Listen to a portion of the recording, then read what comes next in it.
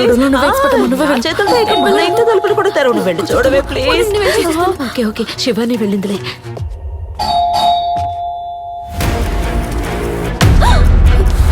అయ్యో అడిగల మనుషులు ఎక్కడికి వచ్చేసారు. శబ్దం చేయకు. వాడు కత్తితో చెవులు తిప్పుకుంటున్నాడు. ఇన్ని అలాగే తీసుకెళ్లి బెడ్ లో పడుకోబెట్టి అడిగితే నిద్రపోతున్నారని చెప్తాం. కానీ అతను నిద్రపోతుంటే మనం ఇక్కడ ఏం చేస్తున్నావు అని అడిగితే ఆయన నిద్రపోవడం వల్లే మనం తిరిగి వెళ్తున్నాం అని చెప్దాం. మనం కాళ్ళు పట్టుకో. నేను ఎవరి కాళ్ళు పట్టుకోను, చేతులు పట్టుకుంటాను. లాయర్ని కలిసి కేసు పెడదాం అనుకుంటే ఇప్పుడు మన కేసులు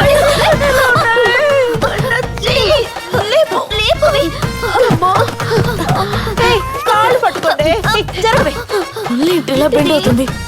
లాయరా లేదా రబ్బరా? తలుపు తెరిచే ఉంది. పద వాడిని లేపు. నా దుప్పట కూడా రావట్లేదు. అక్కడ చూసావా? లేపమ్మా.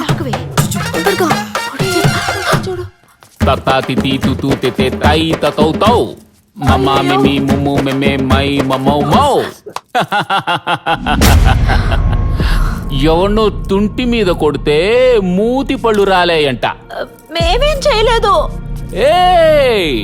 మీరేమీ చెయ్యలేదురా, కానీ సిచ్యువేషన్ మిమ్మల్ని చంపేలా చేసింది.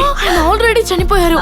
50కి 100కి పిట్టల్ని కొట్టేవాళ్ళు 25 లక్షలకి మనిషిని లేపేస్తే ఏమవుద్దులే అని మీరు కుటుంబం అంతా కలిసి బాల్కనీలో కూర్చుని ప్లాన్ వేశారు. కానీ మా ఇంట్లో బాల్కనీ లేదన్నా. మేము చంపాల్సిన వాడు ఎవరో ముందే తెలుసుకుని మీ చున్నీలతో వాడి గొంతుకు బిగించి చంపేశారు. అది మాత్రమే కాకుండా చద్దామా వద్దా అని ఆలోచిస్తున్న ఈ దేహాన్ని తలగడతో నొక్కి పుసుక్కుమని లేపేశారు. అదిగో సాక్ష్యం. లీడర్ ఫోన్ చేస్తున్నారా? అయిపోయిందని చెప్పు. లీడర్, ఆ లాయర్ కి టికెట్ కన్ఫర్మ్ అయింది. మిగిలిన విషయాలు నేను అక్కడికి వచ్చి చెప్తానులేండి. ఎవరే? తాతయ్య కాల్ చేస్తున్నారే. ఏంటమ్మా వెళ్ళి చేరుకున్నారా?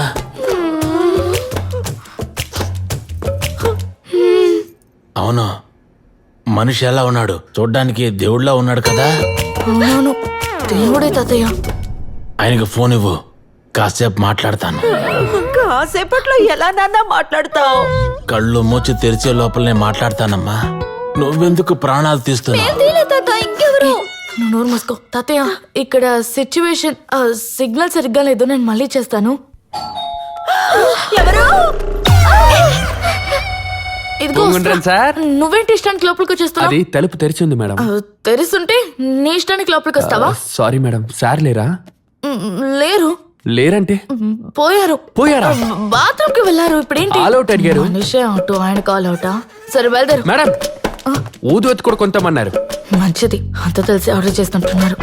చిల్డ్రన్ తీసుకురాలేదా? మర్చిపోయాను మేడం. అదే కదా. సారు గుడ్లో బిక్ చేయడానికి 100 రూపాయలు ఇచ్చి చేంజ్ తెమ్మన్నారు.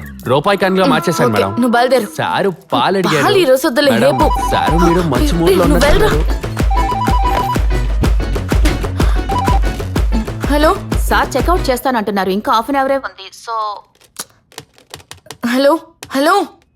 ఏ భవాని, ఏం చేస్తున్నావే? ఏం జరుగుతోంది ఇక్కడ? లైన్ డెడ్ అయిందమ్మా. అదే డెడ్డేనా?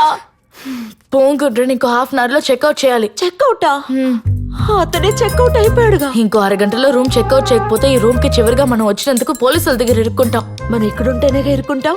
ఇమీడియట్ గా ఎస్కేప్ అయిపోతే ఎలా ఎస్కేప్ అవుతాం? క్లోజ్ రిలేషన్ రిసెప్షన్ అబద్ధం చెప్పావు కదా. ఇలా క్లోజ్ అవుతారని తెలియకుండా చెప్పానే. అది సరిపోదని తెల్లోడు బిర్యానీ అని విజిటింగ్ కార్డ్ వేరే ఇచ్చావు. అంతేకాదు డోర్ నుంచి బెడ్ దాకా మనందరి ఫింగర్ ప్రింట్స్ అన్నిటికీ అంటుకున్నా. టీ ఇచ్చే రూమ్ బాయ్ నుంచి టాయిలెట్ క్లీన్ చేసే ఆంటీ దాకా కళ్ళతో చూసిన వాళ్ళందరి సాక్ష్యాలు. అయ్యో, ఈ విషయం పోలీస్ పోస్ట్ మార్టం అని వెళ్ళేలోపు ఈయన ప్రాణాలతోనే ఉన్నట్టు తీసుకువెళ్లి బాడీని వేరే ఎక్కడికైనా దూరంగా తీసుకువెళ్లి పడేస్తేనే మనకి సేఫ్.